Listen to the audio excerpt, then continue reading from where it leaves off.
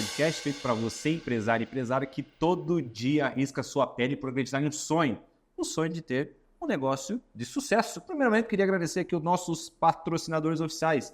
Temos aqui a ZTX, foco no que você precisa. Realmente, daqui a pouco eu vou tomar o meu aqui, que hoje temos gravações, não vai ser ao vivo, então temos 2 podcasts, só com ZTX vai.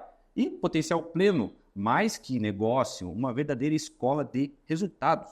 E os negócios, mais que uma contabilidade, uma ferramenta de gestão para o seu negócio. E hoje nós temos uma convidada aqui muito especial, da Hype de Curitiba, polêmica, né? Defende uma causa que eu confio, eu apoio, eu acredito, e hoje eu quero entender o porquê ela faz isso, tá? O que leva ela a defender uma causa com tanta verdade, que é o que eu também acredito. Então, é ela, Sargento Tânia Guerreiro, ela que é pioneira na Polícia Militar do Paraná, tem uma carreira de 35 anos dedicada ao combate ao abuso infantil e prevenção de drogas e à educação, especialista em enfrentamento à violência contra crianças e adolescentes, é autora de livros sobre o tema e atua como vereadora hoje em Curitiba, defendendo os direitos humanos e promovendo a segurança pública. Seja muito bem-vinda no nosso podcast, Tânia. Obrigada, eu que agradeço a oportunidade de chegar nas pessoas quando eu não consigo pessoalmente. Isso é um canal excelente porque nós podemos salvar vidas aqui. E o meu trabalho é salvar vidas. Eu não quero chegar depois e prender o pedófilo. Eu quero fazer prevenção. Mas se eu tiver que prender, não tenha dúvida que ele vai... Vamos fazer o que precisa ser feito, né? Vilma, me conta, como é que foi esse negócio? Você foi a pioneira, a mulher pioneira aí na polícia, uma das primeiras turmas, né? Não, é uma delas. Porque assim, houve um pelotão antes, mas eles fizeram o curso no colégio da Polícia Militar. O nosso pelotão foi o primeiro na Academia Policial Militar do Guatupê. Academia policial onde tinha 500 homens. Não havia estrutura a princípio para nós. Mas nós fomos nos adaptando e ele a nós, e eles a nós, porque eram 500 homens. Sim. E nós éramos em 30 mulheres. Então, para mim, tudo foi extremamente novidade. Porque eu vim do interior, eu vim de lá, eu sou libanesa, eu vim de uma família tradicional, onde as mulheres teriam que ficar em casa, mas eu falei, não, isso para mim não serve. Não é que eu não seja uma dona de casa. Eu cozinho, eu sou mãe, mas eu queria mais. Eu queria mais. Então, eu vim de lá com 19 anos, sem conhecer Curitiba. Tinha medo até de atravessar a rua. Não tinha onde ficar, fiquei na casa de uma prima que estava lá de férias. Depois eu consegui... Uma tia me deixou morar com ela por um determinado tempo. Então, a minha vida toda foi rompendo fronteiras mesmo. Rompendo o padrão, assim, que tinha já um padrãozinho, você, opa, isso não eu não aceitava. Eu não aceitava. Eu tenho um lema comigo que a vida não me der, eu tomo.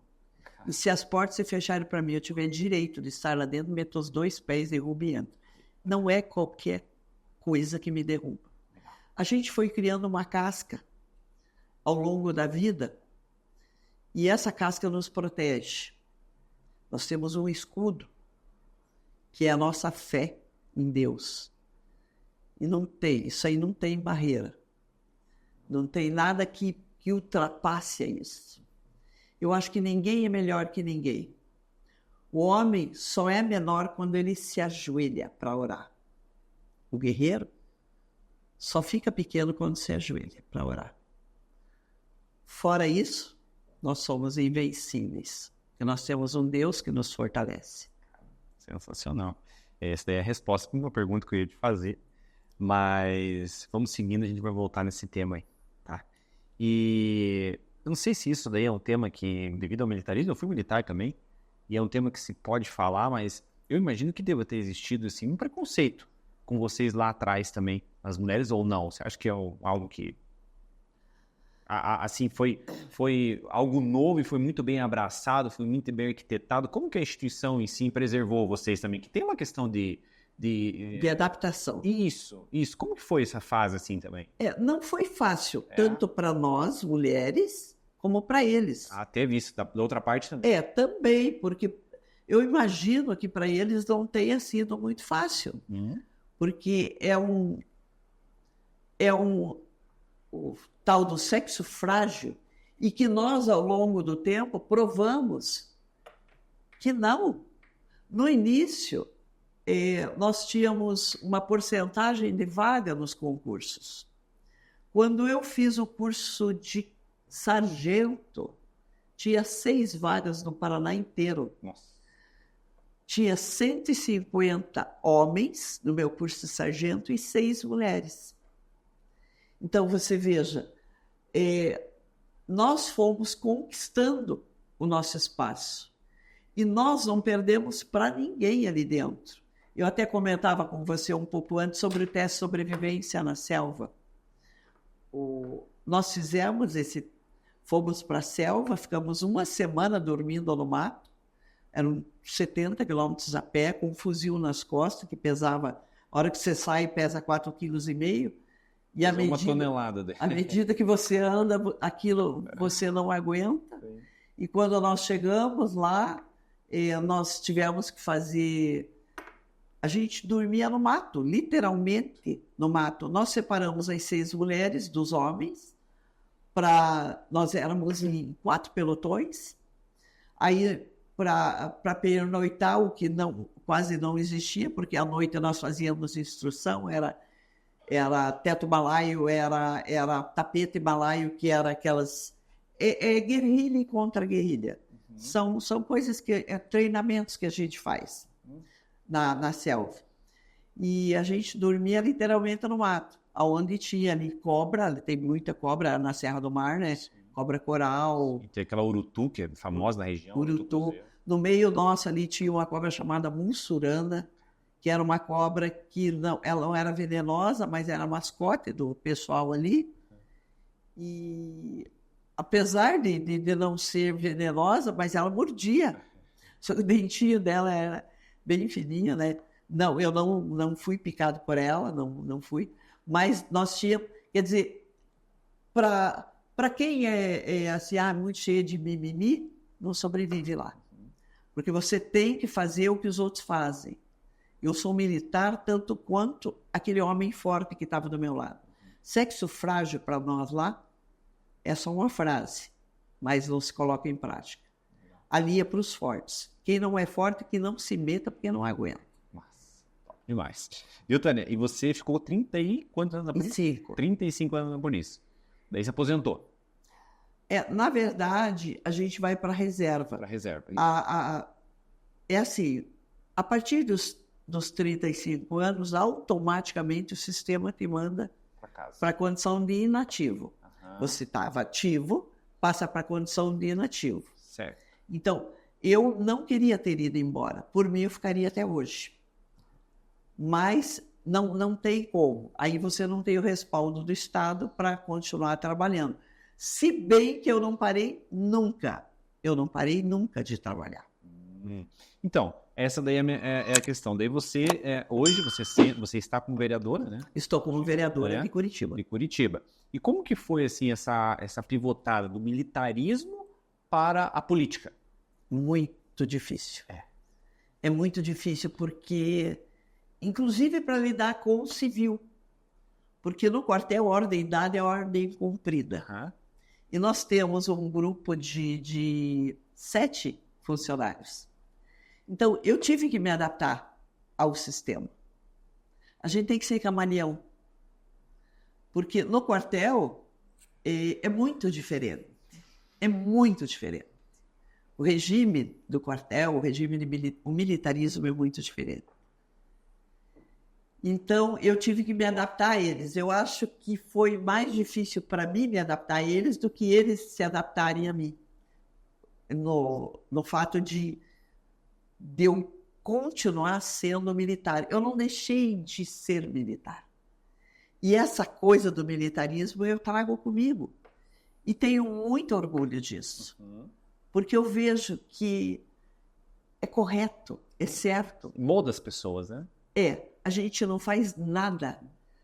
Para você ter uma ideia, todo vereador tem um carro. Nós temos um carro, nós temos direito a uma cota de gasolina. Nós podemos andar o quanto nós quisermos pela cidade. Mas o meu carro, o carro da Câmara, que está em concessão comigo, tem diário de bordo. O motorista entra, coloca a quilometragem inicial, o horário, o dia e o destino. A hora que chega no destino, quilometragem final, horário e assinatura. Qualquer pessoa, e eu termino uma folha, começa a outra desde o primeiro dia que eu assumi. Então, se as pessoas quiserem saber aonde eu fui, está tudo lá. E é só ver quantos quilômetros dá daqui, por exemplo, no SIC. Então, o local do SIC, onde eu fui, em uma agenda. Então, ninguém tem que falar nada. O militarismo impera ali. E eu procuro fazer a coisa muito correta. Cara, muito legal. Nunca me esqueço, Dani. Eu fui militar por 6 anos também. Eu nunca me esqueço, na formatura nossa, tava lá os pais reunidos, foi bem legal. E daí tava os pais emocionados e tal, né? E um comandante, Coronel Leônidas, nunca me esqueço o nome dele. Inclusive, você deu uma palestra lá exatamente nesse ano. Lá em 2008, 2009, por aí. Onde que no foi? Sindacta 2. Eu servi lá, fiquei 6 anos lá. Você deu uma palestra exatamente Eu nessa dei uma época. palestra lá no Sindacta. Foi.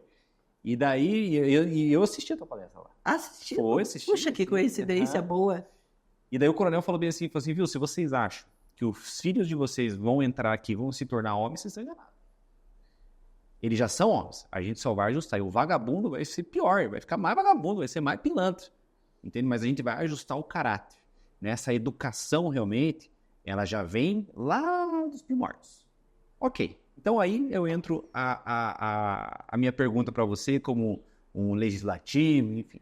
Né? Quando eu vejo assim, puxa, vamos iniciar obras, vamos investir em faculdade e tal, mas se o caráter é moldado na criança, por que eu não vou na raiz do problema ou ao invés de ficar dando um remédio para dor de cabeça, eu não trato a dor de cabeça? Na minha cabeça, na minha percepção, o problema está justamente na educação infantil, que é ali onde seu caráter é moldado, ali que tudo se ajusta, enfim, é aí que você vai seguir os próximos passos da vida. Na verdade, o caráter é feito, já iniciado em casa, né? Como exemplo positivo teu e da tua esposa, que são autoridades na vida dos filhos de vocês. Sim, exatamente. E daí tem, obviamente, que entra a educação ali nesse meio caminho e tudo se junta e colabora para que se torne um ser humano, que ele consiga viver na sociedade, né? Aonde que você acha, na tua opinião, que hoje tem o maior problema? É na constituição das famílias? É na educação realmente infantil lá que está sendo moldada? Onde que você acha? Tem 2 pilares que são bem importantes, família e o Estado, enfim, ou seja, a escola, né? A educação. Onde você acha que hoje está o maior problema hoje? Que hoje o índice de criminalidade no Brasil, a gente vê que realmente vem aumentando, enfim, coisas, atrocidades vêm acontecendo. Sempre aconteceu, mas, né? Onde que você acha que a gente deveria intervir? Realmente colocar mais valores para a família? Ou realmente a escola ali tem um poder muito grande? Onde que você acha que se fosse para agir? Começar em casa. Hoje nós não temos mais aquela coisa de educação. Os pais têm medo dos filhos. Porque vai ficar com trauma. Que trauma? Eu nunca tive trauma. Eu não tinha celular. Essa porcaria, eu digo porcaria porque é porcaria. Ontem eu estava em um evento onde tinha criança, bebês com isso aqui na mão. E se tirar, chora. Chora. Agora, onde é que está a autoridade dos pais? E o que tem aqui? Tem coisa boa para a criança aqui? Você é bem mais jovem, né? Mas eu... É o Botox, né? Eu sou uma pessoa com a saúde mental ótima e eu não precisei disso. Eu não precisei disso. Eu tive infância. Hoje as crianças não têm infância. E o que tem aqui? Só porcaria. E os pais não vigiam, porque também eles chegam em casa e vão conversar com os amigos aqui. E não dão a devida atenção. Você acha que os pais estão terceirizando a educação dos filhos para um acessório como esse? Sem dúvida nenhuma. Sem dúvida nenhuma. Esses dias eu peguei um caso onde a mãe quer que a criança venha tomar banho da creche. Aí houve um problema lá, aí ela acha ruim. Isto é obrigação da mãe. A mãe tem que dar banho. No banho, ela já aproveita e interage com a criança, sabe? A partir de 2 anos, a criança já tem que tomar banho sozinha. Então, esse tipo de coisa começa em casa, tá? Eu sou contra essas coisas que querem enfiar a goela abaixo da escola das crianças. Esse Plano Nacional de Educação, eu sou totalmente contra. Eu estava olhando aquilo ali, é coisa desnecessária de ensinar para a criança. Nós temos que falar sobre isso. Agora, a educação começa em casa. O pai tem que estar indo na reunião de pais, o pai tem que estar olhando ali o caderno da criança para ver que tipo de lição eles estão dando para a criança, o que eles estão ensinando. Se não concordar, tem que ir lá falar. Chega o tempo que a gente obedecia. Você tem que dar voz e tem que defender o teu filho, mas tem que começar em casa. Não adianta nada. Por exemplo, se o pai não tem uma religião, o filho vai ser ateu.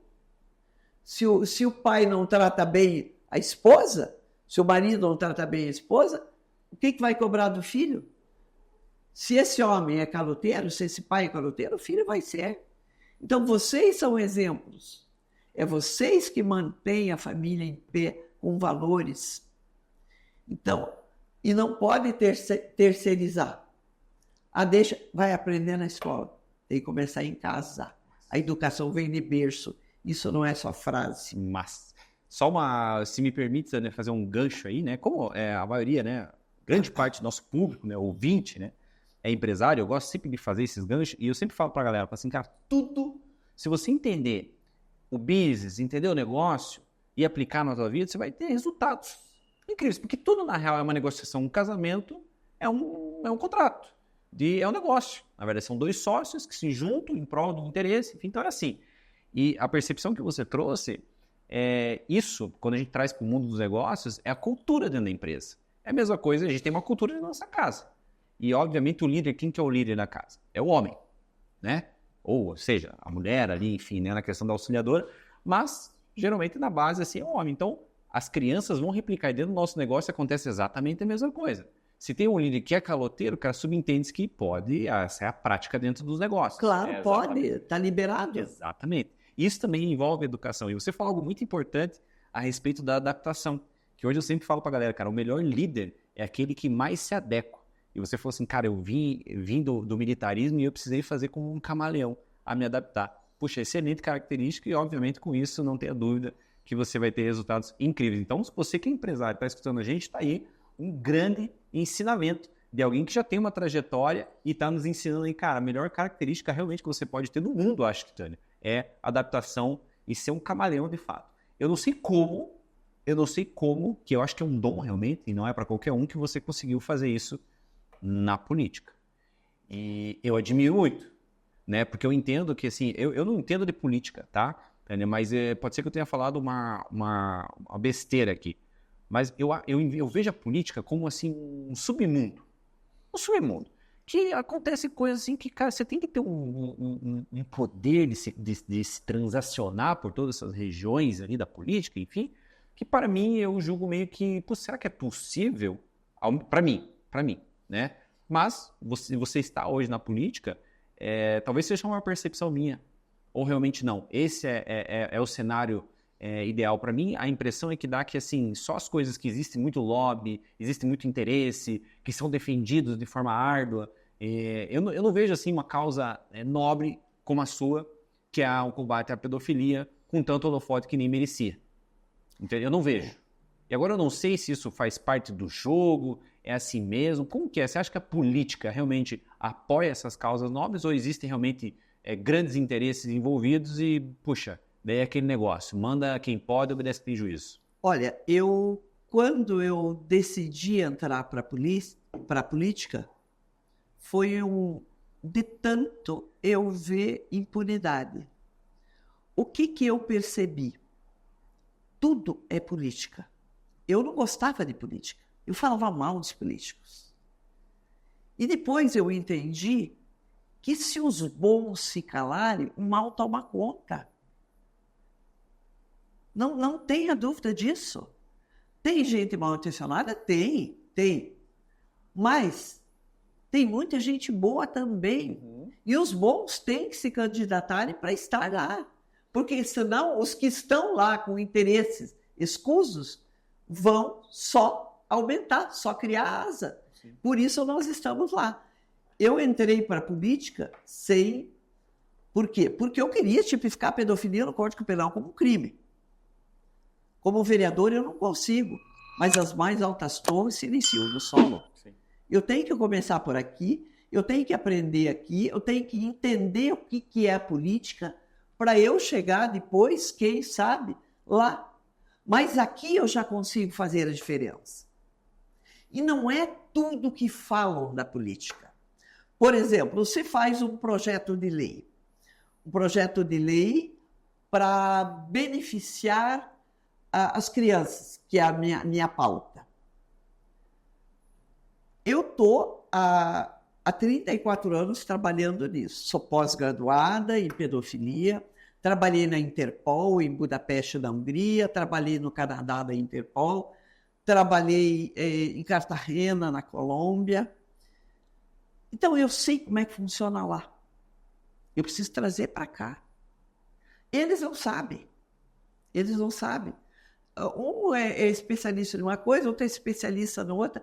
Se eu, que sou especialista nesta área, não for lá, esta área vai continuar do mesmo jeito. Entendi. Então, a gente tem que estar lá para erguer essa bandeira. Por exemplo, eu fiz o pedófilo está onde a criança está. O pedófilo, ele quer estar trabalhando onde ele tem acesso visual ou físico com a criança. Baseado nos pedófilos que eu prendi ao longo dos 35 anos de polícia, eu prendi um pedófilo que ele trabalhava no transporte escolar de criança e adolescente e abusava de uma criança. Vi outros também que faziam isso. Eu fiz um projeto de lei que proíbe o cara de fazer, o cara que foi julgado e condenado por pedofilia de trabalhar no transporte escolar de criança e adolescente. Uma coisa óbvia. Óbvio, isso é óbvio. Eu não posso deixar o bode cuidar da roça. Obviamente. E daí? Foi negado. Aí. Mas eu não aceitei. O que eu fiz? Estamos refazendo o projeto de outra forma para vir para plenário. Uhum. Então, ele tem que vir. E aquela frase que eu te disse no início, que a vida não me der, eu tomo, eu coloco em prática aqui. Eu tenho que proteger as crianças. Eu tenho que conseguir. Então, foi muitos projetos que eu fiz e que está tramitando ainda.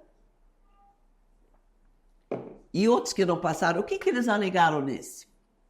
Alegaram que eu não posso cercear a liberdade do ex-detento de refazer a vida financeira dele.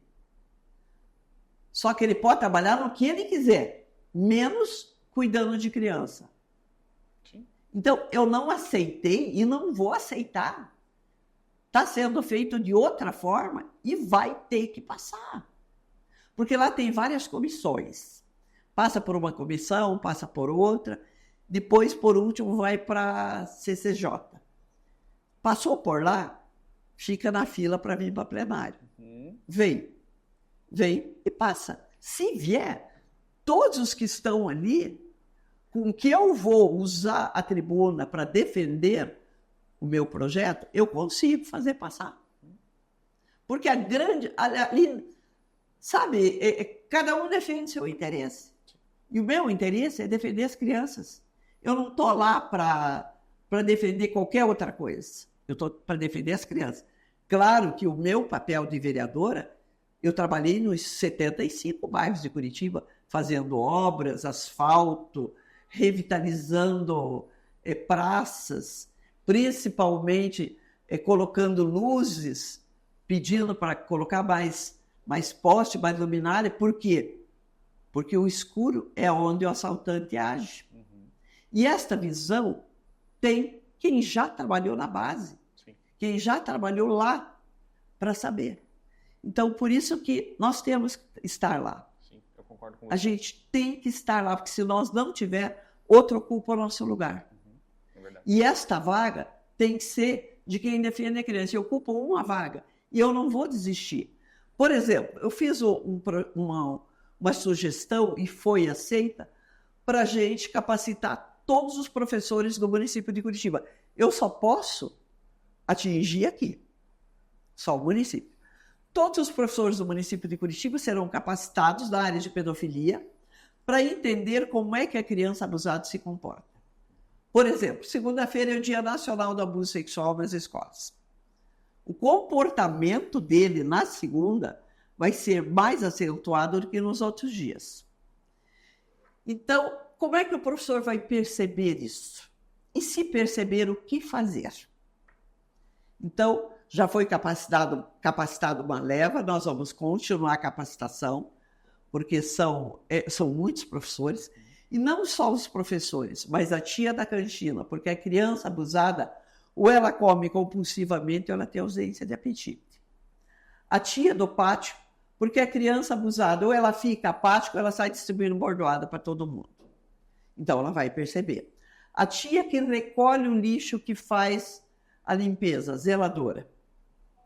A criança abusada vai toda hora no banheiro e pode deixar sangue no papel higiênico. Então, ela vai perceber. Então, essa capacitação e o que fazer quando perceber. Outro, também nessa mesma vibe, é para a Guarda Municipal. Até 2006, eu capacitei toda a Guarda. Então, eu quero capacitá-las novamente, porque os modus operandi do pedófilo foi aumentando, eles foram se aperfeiçoando.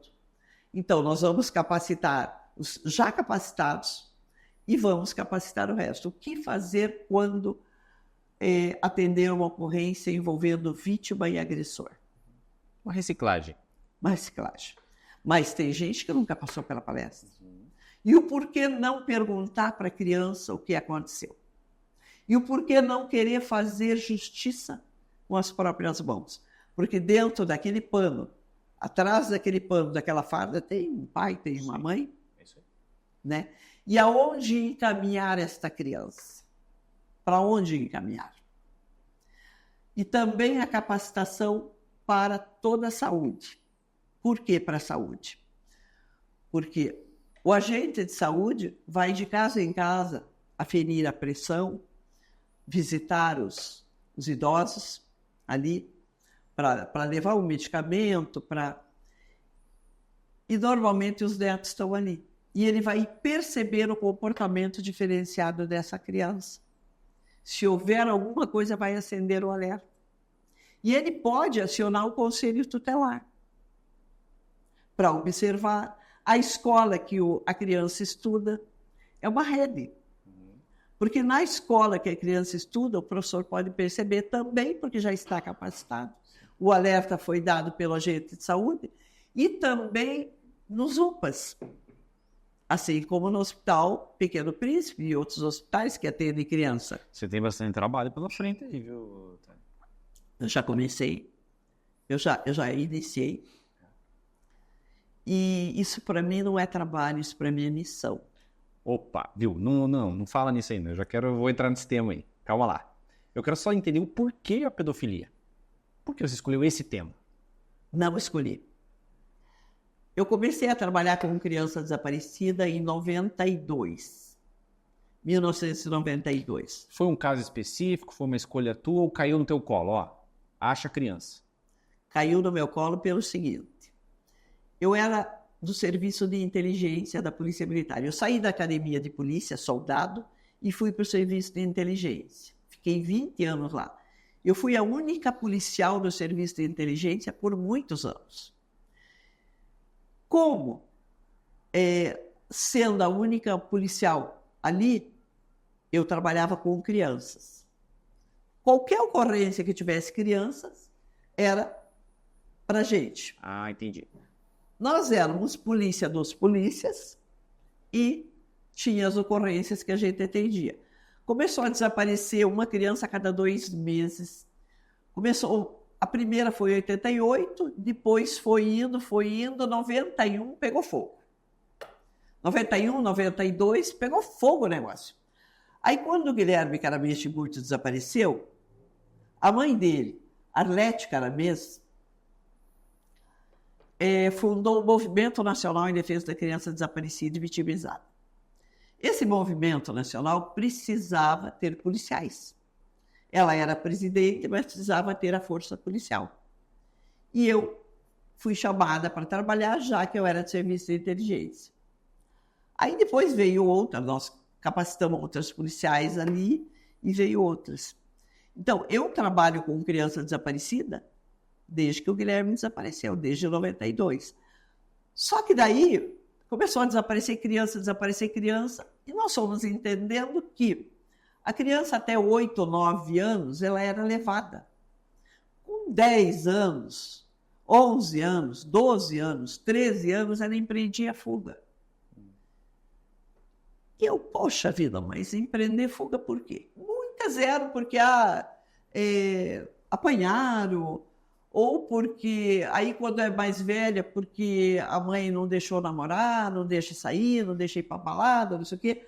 Adolescente é terrível, né?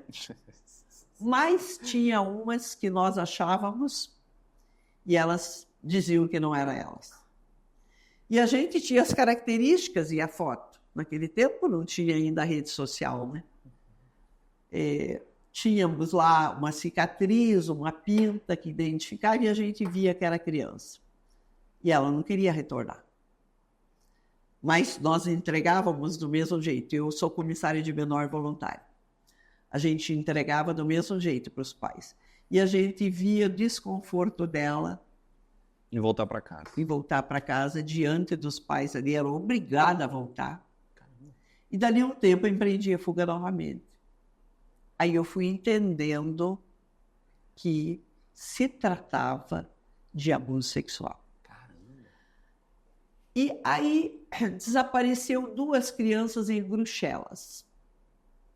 E elas desapareceram. E havia notícia de que elas estavam em Maringá. E eu comecei a trabalhar no caso. Começamos a trabalhar, trabalhamos ardentemente nesse caso. Tempos depois, nós recebemos a notícia de que essas 2 irmãs, essas 2 meninas que não eram irmãs, Mas elas estavam juntas. tinham sido sequestradas.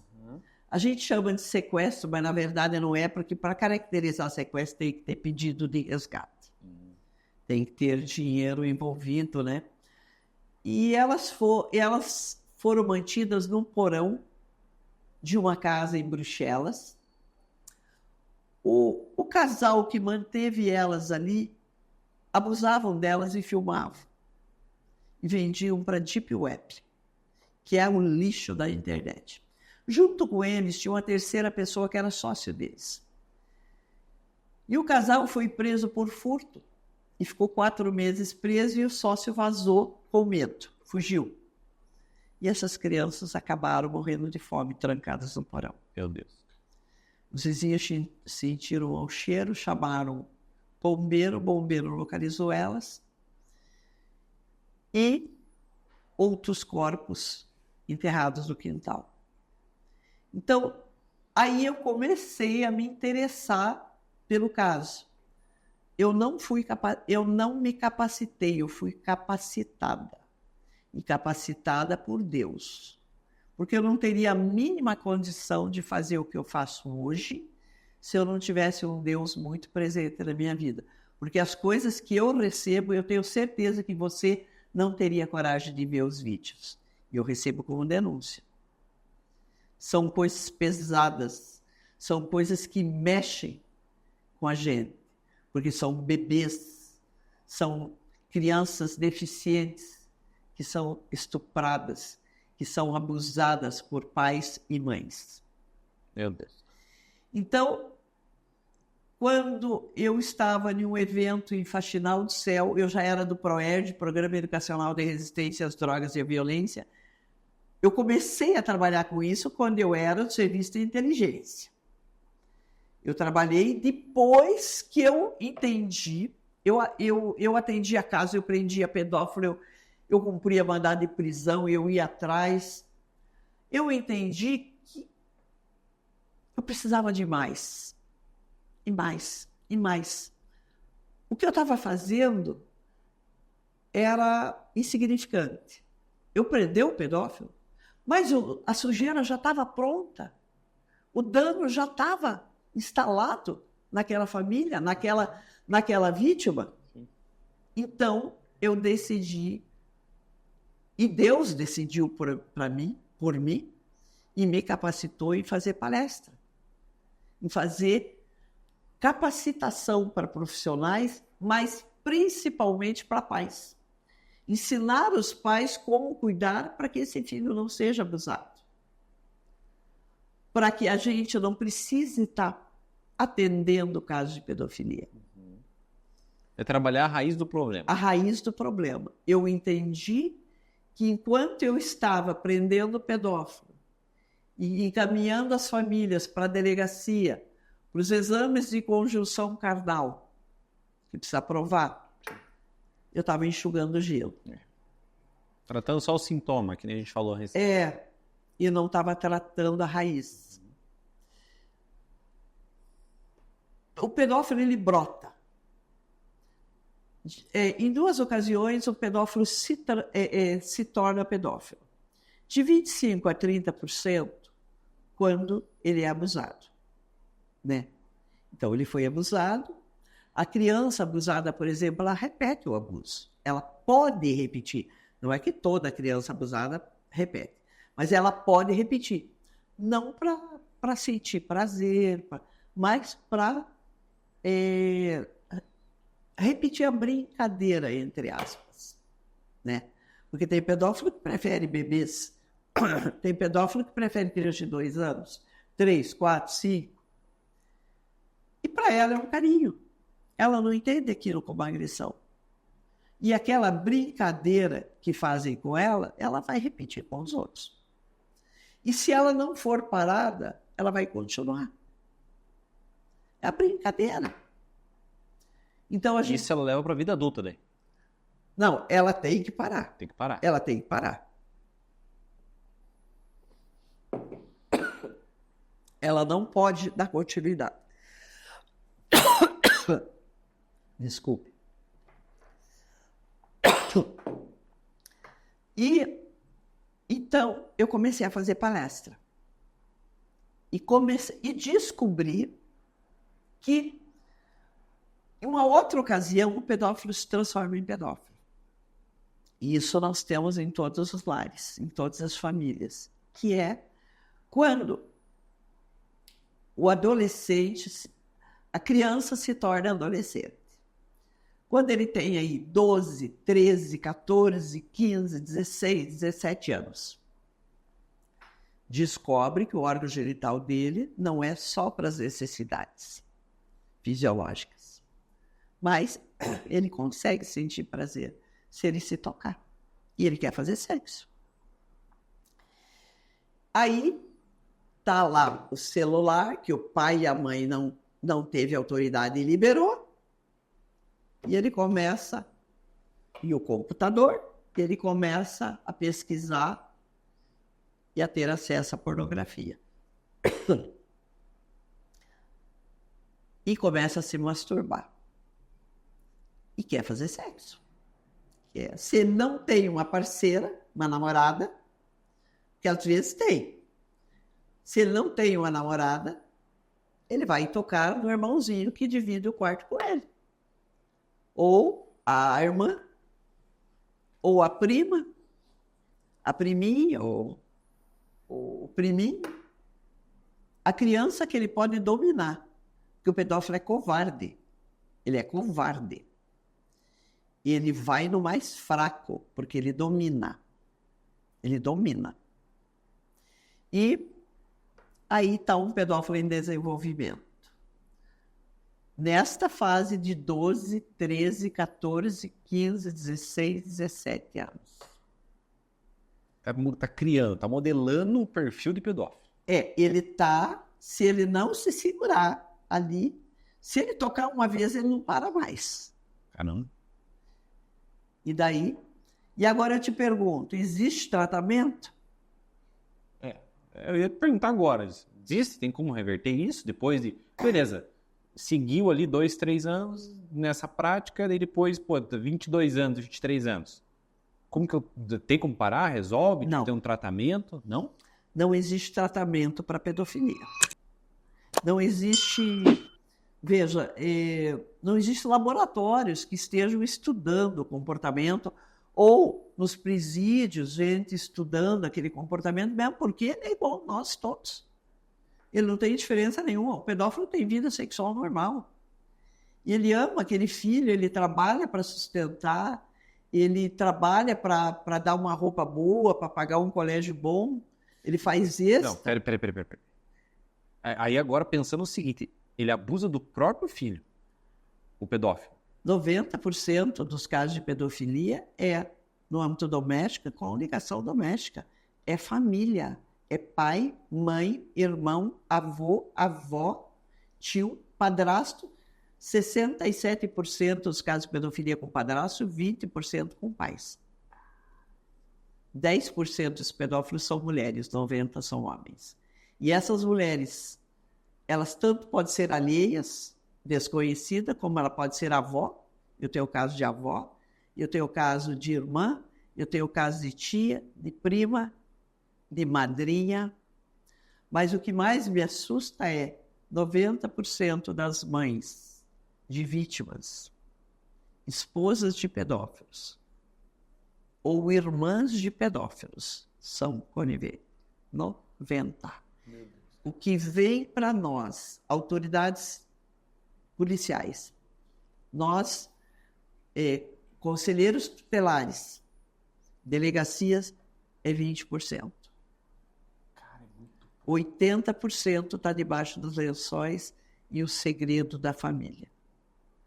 É o pior crime da humanidade. Eu nunca vi um ex-pedófilo.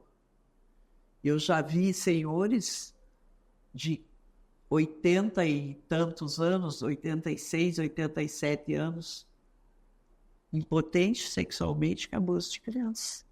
Meu Deus, cara. É horrível. Tá. Eu fiquei, de verdade, assim, você vê que a importância desse tema, viu, Thiago? Cara, é o submundo, na real, né? Que, cara, eu não fazia ideia disso. Na minha cabeça, pedofilia, puxa, vai na escola, cara, um pai abusando do próprio filho, né? Então, e os cuidados, enfim, né? Te convido para assistir uma palestra minha. Eu quero que você e tua esposa vão. Eu vou te mostrar passo a passo como o pedófilo age. O doméstico e com ligação doméstica. Nossa.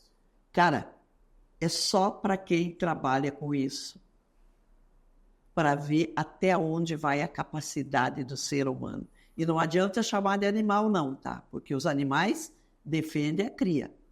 Defendem. Eu nunca vi eu me criei no mato. Eu nunca vi um boi, eu sou pecuarista, eu nunca vi um boi tentar trepar ali no bezerro, ou uma vaca, ou uma galinha, ou um cachorro, um gatinho. Entendeu? Então, não dá para ofender os animais. Isto é monstro. E não tem... É um dos motivos pelos quais eu entrei na política, eu disse no início. Nós temos que mudar essa legislação. Nós temos que punir com mais rigor, porque hoje não dá nada. Sim. Por que tem pedófilo brotando? Não tem punição. Porque não tem punição. E outra, não tem grau de instrução, não tem religião. Nós temos pastores pedófilos, nós temos padres, nós temos pai de santo. Nós temos dona de casa, nós temos empresário, nós temos pedreiro, carpinteiro, desempregado, moradores de rua.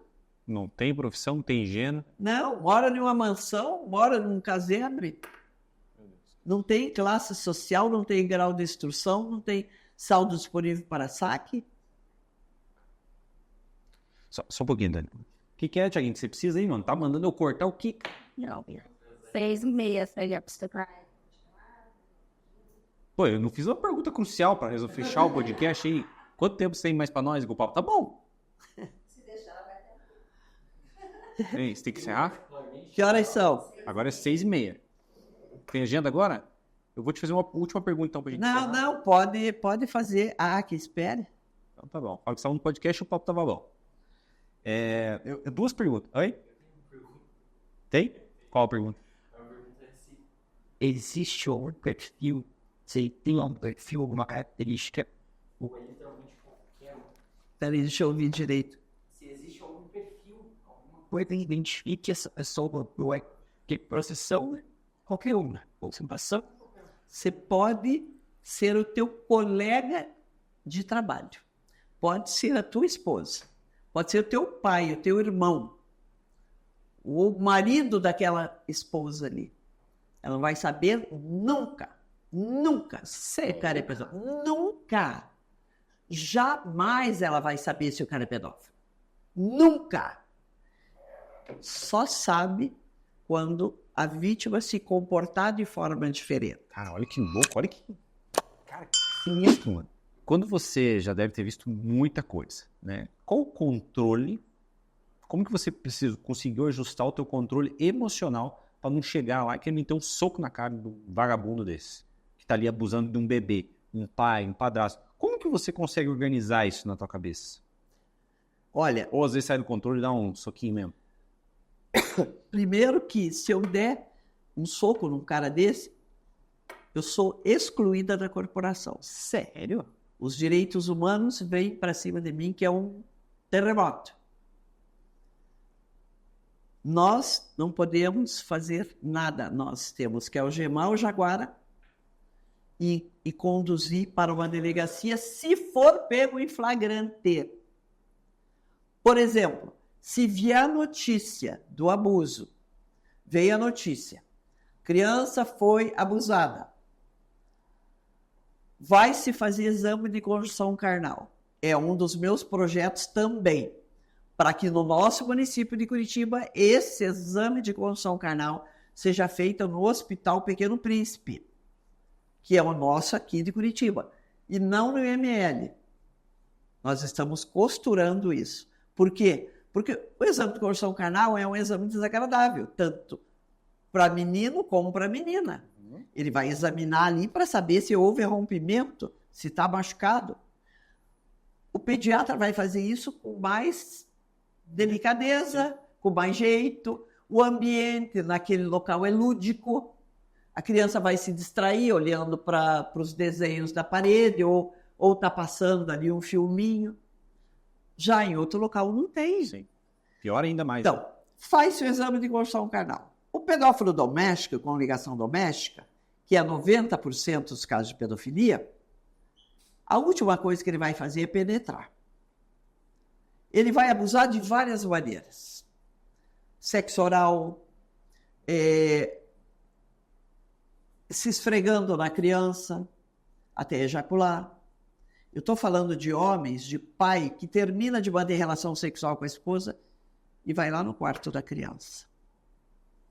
Que ama aquela criança. Que faz de tudo. Se você xingar ele sai no soco com você, mas ele estupra. Meu Deus. Então, ele leva muito tempo para penetrar. Ele leva muito tempo. Porque ele tem vida sexual normal e se ele penetrar, ele vai ser descoberto. Ele vai ser preso em flagrante. Então, ele leva anos para fazer isso.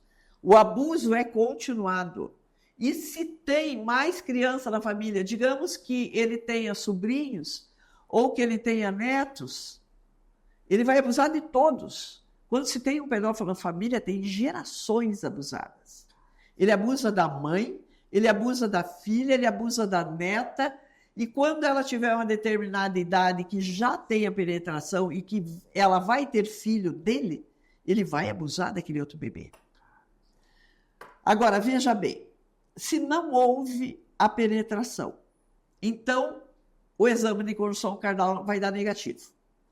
Aí vai se fazer um inquérito. Vai para a delegacia especializada, no nosso caso, o NUCRIA, Núcleo de Proteção à Criança e Adolescente Vítimas de Crime. O NUCRIA vai ouvir o agressor, vai ouvir a criança. Essa criança vai ser submetida a umas sessões, algumas sessões, com a psicóloga especializada ali, mesmo que a criança não verbalize, porque a criança nunca é parceira sexual, ela é sempre vítima. Ela não verbaliza porque ela está protegendo alguém. Se ela for muito pequena, ela acha que aquilo é um carinho. Mas a partir do momento que ela entende que aquilo não é um carinho e passa a estar desconfortável ou doendo, ela passa a dizer não. Aí ele passa a ameaçá-la. Ele diz, se você não fizer comigo, eu vou fazer com o teu gatinho, com o teu cachorrinho, eu vou matar. Eu vou fazer com os teus irmãos, só que já está fazendo, ela não sabe. Eu vou matar a tua mãe. Eu não vou pagar a conta de luz, eu não vou comprar mais comida, vocês vão passar fome. E ela é obrigada a ceder para garantir a segurança da família e o sustento. Aí ela vai demonstrar isso no comportamento dela e a profissional da delegacia vai laudar. Mesmo que ela não diga, mas a profissional vai perceber. E a profissional percebendo e fazendo um laudo vai se transformar, então, em processo. Isso já levou 1 ano. Vai para processo. Ministério Público. Vai ser ouvida um, vai ser ouvida outro, ele tem direito à defesa. Enfim, total, 2 anos. Nesse inteirinho, o Jaguara vaza. Desaparece. Ou então, cumpre pena. A pena dele é no artigo 217-A, que é de 8 a 15 anos de prisão. Mas o pedófilo, ele é um pai de família. Ele é um avô, uma tia, um padrinho cuidadoso, o avô amoroso. Não tem antecedentes criminais. É réu primário. Tem residência fixa. Tem trabalho. Está empregado. Isso tudo beneficia ele. Ele pega uma pena e vai ficar separado dos outros presos. Não pensa que fica junto, não. Se os presos aí pegam ele, não é ruim. Se colocar junto. Se ficar junto, se colocar junto, o diretor do presídio pode até responder, porque eles vão moscar lá dentro. Ou na delegacia, o delegado tem que ter um espaço seguro para ele. Não pode pôr junto com os outros detentos. Lá, junto com os Duque 13, com os estupradores, ele vai se comportar bem. E se comportando bem, ele tem direito à saidinha. Então, na Páscoa, ele vai passar em casa. Na Natal, Dia dos Pais. E se ele voltar na hora que determinou a justiça, em 2, 3 anos, ele está tornozeleira eletrônica. Está na rua de volta. E está em casa de volta. Ele vai voltar para a casa dele, porque a mulher sentiu falta. É raro as mães que deixam o Jaguara. A maioria acredita que eles vão parar com isso, porque ele já cumpriu pena, já pagou, e que ele é uma boa pessoa. E o pedófilo é uma boa pessoa mesmo. Ele não é mau. Você não vai saber nunca que ele é pedófilo, porque ele não demonstra. Preciso fazer uma última pergunta pra gente encerrar. Nossa, o papo tá bom, já deu 1 hora ali de gravação, mas eu preciso entender que pra mim não faz sentido até aqui. Cara, a causa é animal realmente, justa, alguém tem que lutar, tem que representar isso. Mas por que você faz o que faz? Porque tá ali, tá na reserva, tem um bom salário, podia Sou pecuarista. Entendeu? Já tem algumas cabeças de gado, né? Por que você faz isso? Pra mim não faz sentido isso. Eu não posso deter todo esse conhecimento e ficar só para mim. Se eu sou filha do Deus Altíssimo, eu tenho que fazer meu papel. Deus não deu seu único filho pela humanidade que não merece? Eu sou policial. O policial, ele mata e morre por quem às vezes não merece. Sem conhecer a outra pessoa. Ele defende sem saber se realmente ela é uma boa pessoa. E eu estou fazendo o meu papel de cristã, de filha do Senhor e de militar. Eu poderia, sim. E eu não cobro nada por isso. Eu não cobro pelas palestras que eu faço, pelas capacitações que eu faço. Eu não cobro. Mas eu faço isso porque eu tenho certeza que se nas 150 pessoas que estão no público, ou nas 50, ou nas 2 que estão ali, uma criança for salva, eu já ganhei. Eu estou fazendo uma poupança para o reino. E nós só podemos fazer isso se nós fizermos o bem. E quem me capacitou não é qualquer um. Foi Deus. E se Deus me capacitou, eu não posso ficar com essa informação só para mim. Durante o tempo que eu estava na ativa, eu fazia isso, o comando me liberava para fazer. Eu tinha que ter autorização dele. Hoje, eu não preciso mais do documento dele, da liberação do comando. Eu represento a polícia, eu sou a única militar do país nessa área. Eu viajo o Brasil inteiro, eu capacito polícia de outros estados. É só chamar que eu vou. Isso é propósito. E às vezes fica uma lacuna na nossa cabeça, viu, Tânia? Cara, o que é propósito? Cara, então, isso é propósito de vida. Isso é propósito. Parabéns pela tua jornada, parabéns pela tua caminhada. Realmente é inspirador. De verdade mesmo, Tânia. É inspirador mesmo, cara. É um prazer poder estar conversando contigo. É emocionante, na verdade, ver alguém com tanta garra, com tanta vontade realmente de cumprir algo que, cara, não está na nossa esfera. Porque na nossa esfera é uma esfera material. E você já tem isso. Mas o que você está realmente é respondendo um chamado. E muitas coisas, às vezes, Tânia, não entram na nossa cabeça. E na minha cabeça, muitas coisas não entram nesse sentido. Mas assim, cara, por que ela faz o que faz? Cara, porque ela tem um propósito. Já me questionaram muito sobre isso. A maioria dos policiais vão descansar. Sim. Eu não estou cansado. Cara, olha só. Eu não estou cansado. Quando eu tiro férias, eu vou lá para o sítio.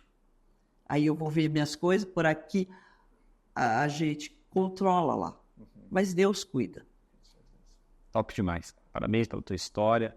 Parabéns pelo teu movimento. Conta com a gente sempre. Né, para que a gente possa aí realmente estar interferindo e pegando o máximo. Talvez você não possa falar, mas eu posso. O máximo de vagabundo possível. Mas eu falo, é jaguar, é vagabundo, é sem vergonha. Isso é É a 5ª geração depois de ninguém. É uma praga do diabo isso. É verdade, eu concordo com você. É uma praga.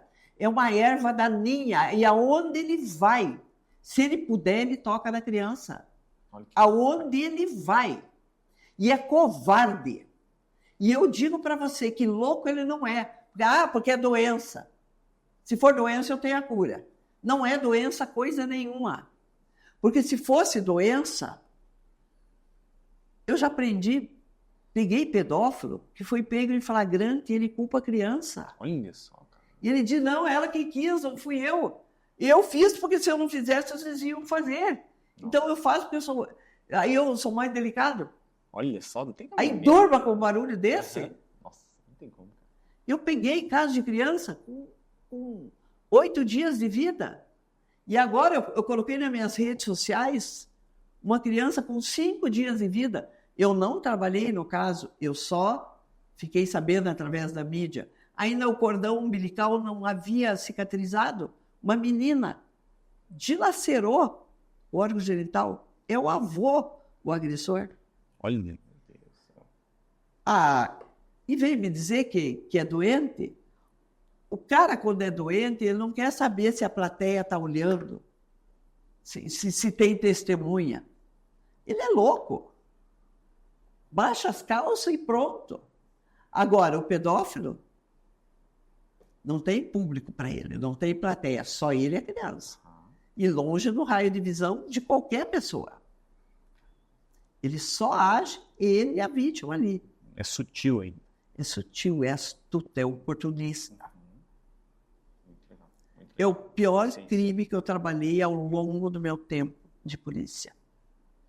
E eu acredito que eu não vá ver nada pior que isso. Me acho bem difícil. Muito difícil. E outra coisa, não existe esse pedófilo. Ele só para de agir em 2 ocasiões.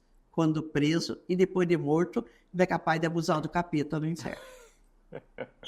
Não para. Não para. Tânia, olha só, realmente o nosso tempo tá aí, você também tem vários compromissos, eu sei que agora tá correndo, época aí de eleição.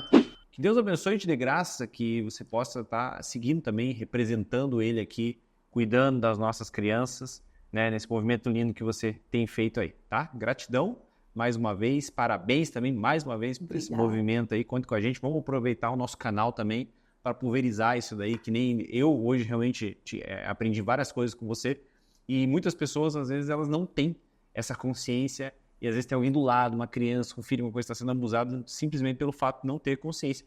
E o nosso canal, o nosso podcast, justamente é essa ideia, levar consciência para as pessoas a respeito de temas tão importantes, e uma delas, obviamente, é as nossas crianças. Então, vamos junto, espero que esse podcast possa acessar várias vidas e salvar várias vidas também. Isso é importante, salvar as vidas. É para isso que a gente veio. Tânia, como que a gente encontra você? Como que a galera encontra você em redes sociais? Como que é o caminho?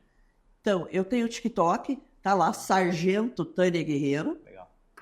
E Instagram, meu Insta tem, tanto o TikTok como o Insta, o conteúdo é maravilhoso. Legal, eu sigo você, muito legal mesmo. Então, tudo sobre pedofilia, assim, só que o meu sistema é brutão, né? Eu não falo uma palavra bonita, mesmo porque se eu falar, não sei nem o que estou falando. É direto, né? E aí tem a fanpage também. Uhum. Mas o Instagram, o TikTok, a gente é super ativo ali. Tem muitas dicas boas. E assim, se precisar, por exemplo, assim, puxa, eu escutei o podcast, identifiquei que acho que é possível ter alguma coisa também, a gente consegue, as pessoas conseguem entrar em contato contigo também pela rede social, te chamar no Instagram? Pode chamar nas redes sociais, e daí eu respondo. Mandou recado ali, eu tenho uma equipe que vê isso para mim. Muito bom. Mas por muito tempo eu fiquei sozinha. Mas agora eu tenho uma equipe que faz isso. Então é só entrar em contato que a gente responde e está lá pronto para defender a criança, defender a família. Esse é meu objetivo. E não é coisa de político. Não é coisa de político. Muito antes de eu ser da política, eu combato a pedofilia. Sim. Eu estou na política há 4 anos e eu estou há 34 combatendo a pedofilia. Então, é 30 anos a mais. Sim, agora só está amplificando um pouco mais tua voz aí, vamos dizer assim. Né? Isso aí. Não, agora é época de campanha, né? Então a gente está tentando permanecer. Mas é o que Deus quiser. Se eu ficar aqui, eu vou continuar combatendo a pedofilia. Se eu for embora, eu vou continuar. Eu não vou dar sossego para essa cambada de jaguara desses pedófilos. Enquanto eu viver, eu vou estar na tua cola. Isso aí, top demais.